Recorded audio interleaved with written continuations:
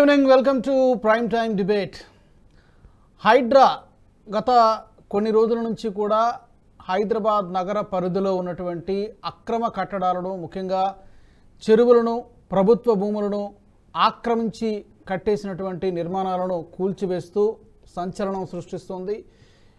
ఈ ప్రక్రియలో భాగంగానే తాజాగా టాలీవుడ్ హీరో నాగార్జున ఓన్ అయినటువంటి ఎన్ కన్వెన్షన్ నిర్మాణాన్ని కూడా కూల్చివేయడం జరిగింది. తాజాగా ఇక త్వరలో ఓవైసీ సోదరులకు చాలా భవనాలు ఉన్నాయి, కాలేజీలు ఉన్నాయి, హాస్పిటల్స్ కూడా ఉన్నాయి, వాటిని కూడా కూల్చే అవకాశం ఉందంటూ వార్తలు వినిపిస్తున్నటువంటి నేపథ్యంలో రీసెంట్గా అక్బరుద్దీన్ ఓవైసీ అలాగే ఎంపీ అసదుద్దీన్ ఓవైసీ కూడా చాలా ఘాటైనటువంటి విమర్శలు చేశారు తెలంగాణ రాష్ట్ర ప్రభుత్వం మీద, ముఖ్యమంత్రి రేవంత్ రెడ్డి మీద. నెక్లెస్ రోడ్డు దగ్గర నుంచి జీహెచ్ఎంసీ ఆఫీసు ఇవన్నీ కూడా ఎఫ్టీఎల్ పరిధిలోనే ఉన్నాయి, మరి వీటిని కూడా కూల్చేస్తారా అంటూ ప్రభుత్వానికి తిరిగి ప్రశ్నలు వేస్తూ ఉన్నారు. మా మీద అవసరమైతే బుల్లెట్ల వర్షం కురిపించండి, లేకపోతే కత్తులతో పొడవండి, కానీ ఆ బండ్లగూడలోని ఫాతిమా కాలేజీ, ఓవైసీ కాలేజీని మాత్రం ఏమీ చేయొద్దు అంటూ అక్బరుద్దీన్ ఓవైసీ ఒకంత చాలా ఘాటుగా మాట్లాడడం జరిగింది. మరి ప్రభుత్వం ఏం చేయబోతోంది? ముఖ్యంగా చాలామంది ప్రముఖుల యొక్క కట్టడాలు కూడా ఉన్నాయి ఈ జాబితాలో. హైడ్రా దగ్గర ఒక్కొక్కటిగా వాళ్ళు కూల్చుకుంటూ వెళ్తున్నారు అక్రమ కట్టడాలను. మరి అందరినీ, అన్ని పార్టీల నేతలని ఒకే విధంగా ట్రీట్ చేస్తారా? ఇప్పటికే కొన్ని విమర్శలు వస్తున్నాయి, కాంగ్రెస్ పార్టీ నాయకులకు మరి అక్రమ కట్టడాలు లేవా అంటూ విపక్షాల నుంచి కొన్ని విమర్శలు వస్తున్నాయి. మరి కాంగ్రెస్ ప్రభుత్వం, ముఖ్యమంత్రి రేవంత్ రెడ్డి ఏం చేయబోతున్నారు ఈ అక్రమ కట్టడాల విషయంలో? ప్రజలు మరి ఈ హైడ్రా యొక్క అక్రమ కూల్చివేతలను స్వాగతిస్తున్నారా, లేకపోతే దీని మీద ఏమైనా నియంత్రణ ఉండాలని భావిస్తున్నారా? చాలా పెద్ద ఎత్తున తెలంగాణ రాష్ట్ర వ్యాప్తంగా ఈ హైడ్రా కూల్చివేతలకు సంబంధించి చర్చించుకుంటున్నారు ప్రజలు కూడా. ఇదే అంశానికి సంబంధించి ఈరోజు మనం మాట్లాడదాం. మరి ఓవైసీ సోదరుల యొక్క వ్యాఖ్యలను ఎలా చూడాలి? ఏదో విక్టిమ్ కార్డు ప్లే చేస్తున్నారా? ముందుగానే తమ యొక్క భవనాలను కూల్చొద్దని హెచ్చరిస్తున్నారా? ఎలా అర్థం చేసుకోవాలి మనం? Let's discuss in today's prime time debate. నాతో పాటు ఈ చర్చలో జాయిన్ అవుతున్నారు ఫోరం ఫర్ గుడ్ గవర్నెన్స్ నుంచి పద్మనాభరెడ్డి గారు, అలాగే టీబీజేపీ నాయకులు దీపక్ గారు, అలాగే రాజకీయ విశ్లేషకులు పుల్లారావు గారు, పెంటపాటి పుల్లారావు గారు కూడా నాకు అందుబాటులో ఉన్నారు. ముందుగా పద్మనాభరెడ్డి గారు నమస్తే అండి. నమస్తే. నమస్తే పద్మనాభరెడ్డి గారు, ఈ యొక్క కూల్చివేతలను ఫస్ట్ ఆఫ్ ఆల్ మీరు ఎలా చూస్తారు? హైడ్రా ఉద్దేశం మంచిదే, నో డౌట్. అక్రమ కట్టడాలను కూల్చివేయడం అనేది ప్రజలు కూడా స్వాగతిస్తున్నారు. ఓవైసీ సోదరుల యొక్క కామెంట్స్ని మీరు ఎలా చూస్తారు? అంటే ఏదైనా చేయండి, మమ్మల్ని కాల్ చేసుకోండి, బుల్లెట్లు వేల్చండి, లేకపోతే మమ్మల్ని చంపేయండి, కానీ అక్కడ ఆ కాలేజీని మాత్రం వదిలేయండి అని చెప్పి అనడం అనేది, ఒకదానికి మినహాయింపిస్తే మరి మిగతా అన్నిటికీ మినహాయింపులు ఇచ్చుకుంటూ కూర్చోవాలి కదా? అంటే ఇప్పుడు ఇక్కడ ఏంటంటే చట్టం ముందు అందరు సమానులే అన్నది అందరికి తెలిసిన విషయమే. కాకపోతే మేము ఒక ఎడ్యుకేషన్ ఇన్స్టిట్యూట్ పెట్టినాం కాబట్టి దాన్ని కూలగొట్టడం అన్నది కూడా ఎటువంటి సమంజసమైంది కాదు. అసలు ఎందుకు కట్టినారు? ఎడ్యుకేషన్ ఇన్స్టిట్యూట్ కడుతున్నారు, బాగానే ఉంది, కానీ పోయి చెరువులలో ఎందుకు కట్టినారు అన్నది ఒక సమస్య. ఇప్పుడు ఒక ఓవాసీ బ్రదర్సే చెప్పినట్టు కాదు, చాలా మంది లీడర్లు ఉన్నారు. వీళ్ళని అందరినీ పక్కన పెడితే పేదవాళ్ళు, మధ్యతరగతి వాళ్ళు అమాయకంగా తెలియకుండా పోయి ఈ యొక్క ఎఫ్టీఎల్ లెవెల్ లోపల మల్టీ స్టోరీ బిల్డింగ్స్ లోపల 2 బెడ్రూమ్ 3 బెడ్రూమ్ ఫ్లాట్స్ తీసుకున్నారు, బ్యాంక్ లోన్స్ కూడా తీసుకున్నారు. ఇప్పుడు అవి కూలబెడుతున్నారు. అది సమస్య. సమస్యకు ఏంటి మరి అంటే, అక్రమ కట్టడం ఏదైనా తప్పకుండా కూల్చాల్సిందే. ఒక మెసేజ్ క్లియర్గా పోవాలి, ప్రభుత్వ భూములను ఆక్రమిస్తే ఎవరినైనా ఉపేక్షించేది లేదని. కానీ మానవతా కోణంతో ఇప్పుడు ఎవరైతే తెలియకుండా ఈ యొక్క మల్టీ స్టోరీ బిల్డింగ్స్లో ఫ్లాట్స్ తీసుకున్నారు, వాళ్ళకు ఉపశమనం ఎలా కలిగించాలి, దీని విషయంలో సుప్రీంకోర్టు ఆర్డర్స్ కొన్ని ఉన్నాయి. మహారాష్ట్రలో ఇట్లాగే కూల్చివేసినప్పుడు సుప్రీంకోర్టు చెప్పింది ఆ బిల్డర్ నుంచి 25 lakhs మినిమంగా వీళ్ళకు కాంపెన్సేషన్ ఇవ్వాలని, కొన్న వాళ్ళకు. ఇక్కడ కూడా అదే ఫార్ములా పెట్టాలా. ఏదైతే బిల్డర్ తప్పుడు ఫేక్ డాక్యుమెంట్స్తో తన యొక్క పరపతిని ఉపయోగించి రిజిస్ట్రేషన్ చేసుకొని, హెచ్ఎండిఏలో లేఅవుట్ అప్రూవ్ చేయించుకొని, మున్సిపాలిటీలో పర్మిషన్ తీసుకొని అవి కట్టడము, తర్వాత వీళ్ళకి అమ్మడము, అమాయకులు అన్నీ సరిగానే ఉన్నాయని చెప్పి దాన్ని కొనడము. తర్వాత ఇంకా ఇంట్రెస్టింగ్ ఏంటంటే, బ్యాంక్ లోన్ ఇచ్చినప్పుడు బ్యాంక్లో లీగల్ సెల్ ఉంటుంది, వాళ్ళు మొత్తం చూసినారు, చూసి ఇది సరిగానే ఉందన్నారు. సో ఇటువంటి సమయంలో మరి ignorance of law is not excuse అంటారు, నిజమే. ఇక్కడ ఇగ్నోరెన్స్ కాదు, ఇది criminal intimidation, criminal conspiracy of a builder and these 4 agencies, registration office, HMDA office, GHMC office, power distribution corporation, వీళ్ళందరూ నిద్రపోయినారు. అందరిది తప్పు ఉంది, అందరిది తప్పు అంటే కలెక్టివ్ మిస్టేక్, సిస్టమ్ ఫెయిల్ అయిపోయింది ఇక్కడ. సిస్టమ్ ఫెయిల్ అయిపోయింది. దాంతో పేదవాళ్లకు అన్యాయం జరుగుతుంది. ఇప్పుడు ఇండివిజువల్ గా తెలిసో అక్కడ ల్యాండ్ ఒక బిల్డర్ లేఅవుట్ వేస్తే దాంట్లో 200 గజాలు ల్యాండ్ కొనుక్కొని తమ పేర రిజిస్టర్ చేసుకొని బ్యాంక్ లోన్ తీసుకొని ఇల్లు కట్టుకున్నాడు. 5 ఏళ్ళు అయింది. ఇవాళ వచ్చి ఇది దీంట్లో ఉంది, FTL లో ఉంది అంటున్నారు. వాళ్ళ పని హైదరాబాద్ చేసుకున్నారు, FTL లో ఉంది, కూలబెట్టండి. కానీ ప్రభుత్వం ఏం చేయాలంటే పేదవాళ్ళు అంటే అమాయకంగా మోసపోతే వాళ్ళకి ఆల్టర్నేట్ ల్యాండ్స్ చూపించండి. ప్రతి చిన్నదానికి ల్యాండ్స్ ఇస్తుంటారు కదా ప్రభుత్వం, అట్లాగే వీళ్ళకు ల్యాండ్స్ ఇవ్వండి. లేదా ఇందిరమ్మ ఇండ్లు అటువంటి ఏయో కొన్ని ఇవ్వాల్సిందే, కానీ అలా వదిలిపెట్టడం మాత్రం సరి అయిన పద్ధతి కాదు. రోడ్డును పడేయడం అనేది అంత మాత్రం పద్ధతి కాదు. Okay, I will come back. Padmanabha Reddy గారు నమస్తే. పుల్లారావు గారు నమస్కారం. అంటే పుల్లారావు గారు, ఈ హైడ్రా కూల్చివేతలు పొలిటిసైజ్ అవుతున్నాయి, రాజకీయ రంగు పులుముకుంటోంది. ఓవైసీ సోదరులు రంగంలోకి దిగారు. రంగంలోకి దిగడం అంటే ఇంకా ఏమి టచ్ చేయలేనట్టుగానే ఉంది. మేబీ వాళ్ళ పార్టీకి చెందినటువంటి ఒక ఎమ్మెల్యేకు సంబంధించిన ఒక కట్టడము, ఒక ఎమ్మెల్సీ కట్టడము, ప్రస్తుతానికి ఇప్పటి వరకు 166 కట్టడాలని, అక్రమ కట్టడాలని కూల్చేసింది హైడ్రా. అందులో ఆ కట్టడాల్లో ఈ పార్టీకి సంబంధించిన నేతలు కూడా ఉన్నాయి. ఇప్పుడు విషయం ఏంటంటే, ఇప్పుడు ఎందుకు హీట్ ఎక్కుతోంది విషయం అంటే, ఓవైసీ సోదరులు ఓపెన్గా వచ్చి మాట్లాడుతున్నారు. అసదుద్దీన్ ఓవైసీ గారు మాట్లాడారు, అక్బరుద్దీన్ ఓవైసీ గారు ఇంకా ఘాటుగా మాట్లాడారు. మీరు కూడా వినే ఉంటారు మీడియాలో. అవసరమైతే మమ్మల్ని కత్తులతో పడవండి, లేకపోతే చంపండి అని చెప్పి ఆయన మాట్లాడడము. ఇంకో పక్క ఈయన మాట్లాడతారు, నక్లెస్ రోడ్ని GHMC. నక్లెస్ రోడ్ అనేది ఒక పబ్లిక్, అది ప్రాపర్టీ, అది ఎవరో ఒక వ్యక్తి చేతిలో లేదు. సరే, అది కట్టారా, అక్రమంగా కట్టారా ఏదో తర్వాత విషయము.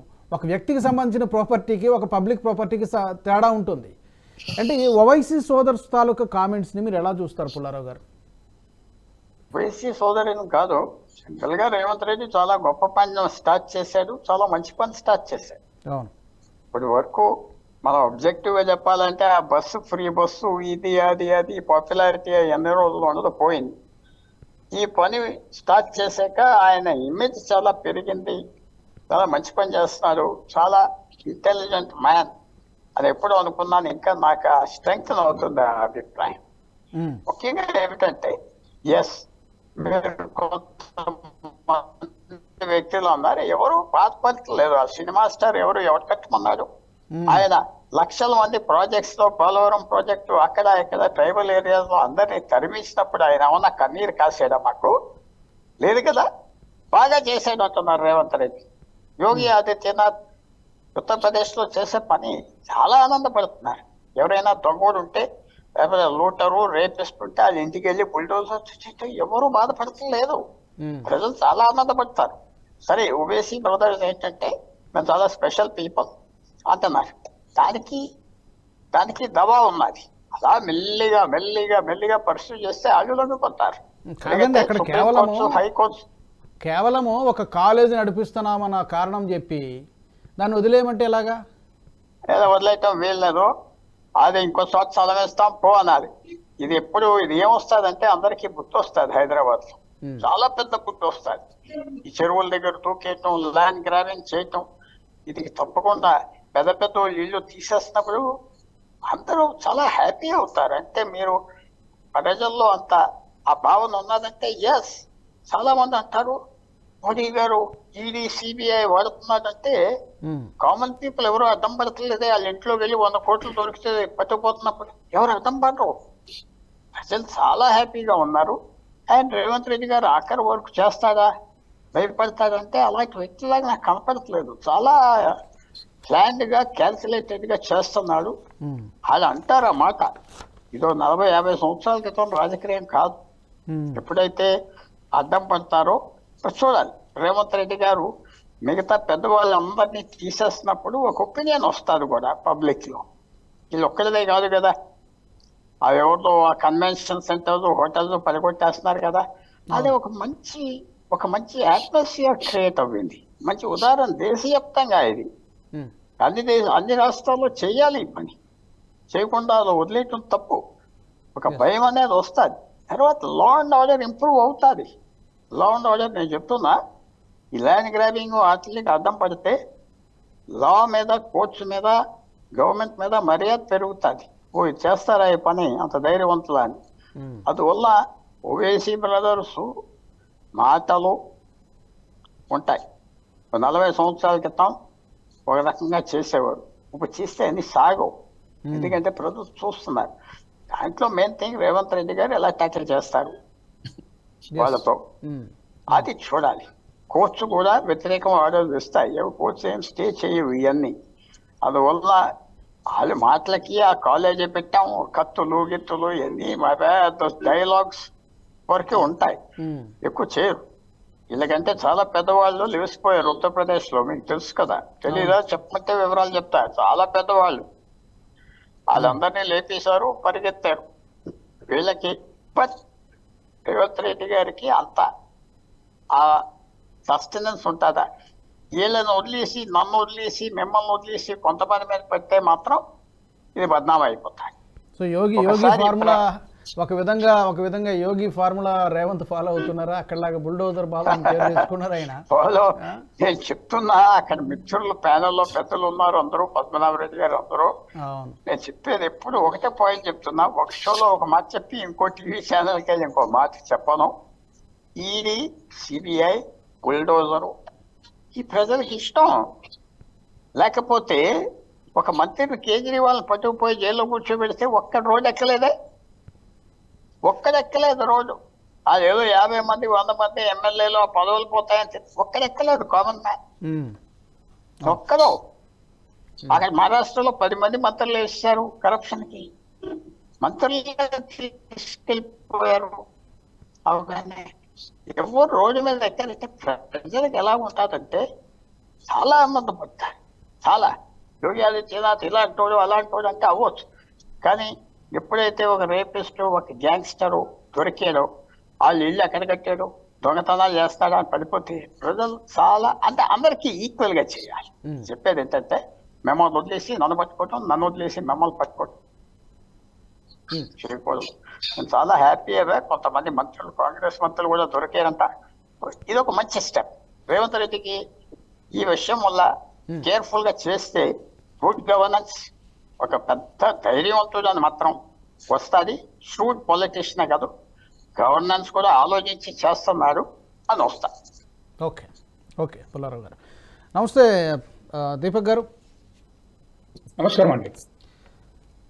దీపక్ గారు, అంటే ఈ విషయం పట్ల, హైడ్రా విషయం పట్ల బీజేపీ నుంచి కూడా కిషన్ రెడ్డి గారు స్పందించారు, అండ్ మన రఘునందన్ రావు గారు రీసెంట్గా స్పందించారు. అన్కన్వెన్షన్ కూల్ చేసిన తర్వాత రఘునందన్ రావు గారు స్పందించారు, సమర్థించారు. వాస్తవానికి నాగార్జునుని గతంలో హైకోర్టు, ఒక విధంగా చెప్పాలంటే హైకోర్టు స్టేను కూడా తప్పుపట్టారు రఘునందన్ రావు గారు.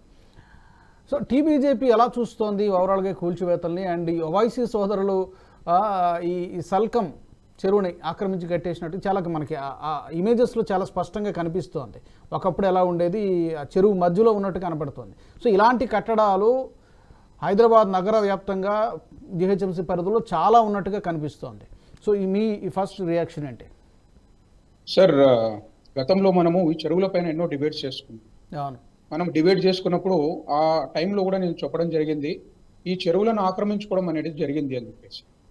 ఇది స్పష్టంగా నగరవాసులకు అందరికి కూడా, కామన్ మ్యాన్కి కూడా ఉన్న ఒక మినిమం అవగాహన.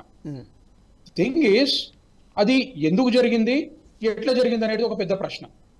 ఈరోజు రేవంత్ రెడ్డి గారు వచ్చేసి హైడ్రాని మేము పెట్టేసి ఈ ఆక్రమించిన ప్రదేశాలన్నీ కూడా చెరువు లోపల FTL ప్లేసెస్ లో ఉన్న కట్టడాలను అన్నింటినీ కూడా మేము విరగొడతాము అని చెప్తే okay, will definitely welcome it. ఎందుకంటే ఒక న్యాయబద్ధమైన చర్య ఉంటే దాన్ని తప్పనిసరిగా భారతీయ జనతా పార్టీ సపోర్ట్ చేస్తుంది. అది కాంగ్రెస్ పార్టీ చేస్తుందా లేకపోతే BRS ఇంకో గవర్నమెంట్ అన్నది ఉద్దేశం కాదు. ఏంది అంటే న్యాయం జరుగుతున్నదా, are we following the rule of land అనేది very important. Rule of land లో మనకి ఇది ఉన్నది, FTL ల్యాండ్ అనేది ఎవరు కూడా కట్టడాలు కట్టకూడదు అని చెప్పేసి మనకు ఉన్నది. అలాంటి ప్లేసెస్ లో కనుక ఏమైనా కట్టడాలు కట్టి విరగొడితే దాన్ని డెఫినెట్ గా సమర్థించడం జరుగుతుంది. కానీ ప్రశ్న ఏంది అంటే సందర్భం చూసుకుంటే మాత్రము సందర్భం పైన డెఫినెట్ గా పొలిటికల్ గా ఒక క్వశ్చన్ మార్క్ ఏర్పాటు అవుతుందని వీ కెన్ సి రీసెంట్ గా 6 గ్యారంటీ స్కీమ్ల గురించి మనం మాట్లాడుకుంటే ఫార్మర్స్ లోన్ ఏదైతే వేవ్ ఆఫ్ చేస్తా అని చెప్పారో రుణమాఫీ ఏదైతే చెప్పారో దాన్ని ఆ ఫెయిల్యూర్ ని కప్పిపుచ్చుకోవడానికి ప్రభుత్వం ఒక హై డ్రామా చేస్తుందని చెప్పేసి మేము అభియోగిస్తున్నాం. ఎందుకంటే రీసెంట్ గా చూసుకున్నాము 31,000 నుంచి వీళ్ళు ఇచ్చిన అధికార లెక్కలు 31,000 రుణమాఫీ అని చెప్పేసి 17,000 వరకే కుదించి అందులో కూడా చాలా మంది రైతులకి అసలు ఎటువంటి డబ్బులు ఇవ్వకుండా మళ్ళా వాళ్ళు రీఅప్లై చేసుకునే దౌర్భాగ్యపు పరిస్థితి, ఫెయిల్యూర్ పరిస్థితి గవర్నమెంట్ తీసుకొచ్చింది. ఎన్నో విమర్శలు ఈ గవర్నమెంట్ అగేన్స్ట్. దాంతో పాటు ఆ హామీతో పాటు మిగిలిన హామీలను కూడా అడుగుతున్న సమయంలో ప్రభుత్వం పైన ప్రెషర్ పడి ప్రభుత్వానికి దిక్కు తెలియని దోచని పరిస్థితిలో ఈ రోజు ఈ యొక్క హైడ్రామాని తీసుకొచ్చారని చెప్పేసి స్పష్టంగా కనిపిస్తుంది.